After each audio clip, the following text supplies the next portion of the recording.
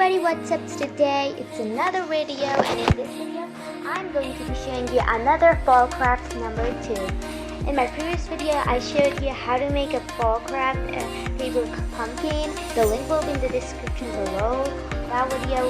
And in this video I'm going to be making a new fall craft wall decor. So before we get started, don't forget to subscribe and like. This fall craft is super easy to make. What you'll need is just some color pencils, paper and glue, and that's it. And some scissors. And it's just so easy to make. So what I've done here is just cut out some paper leaves and color them with color pencils. You can also use color paper, but I didn't use color paper because I wanted a little shading, and so I colored them with color pencil. And yeah, I hope you'll enjoy the video. And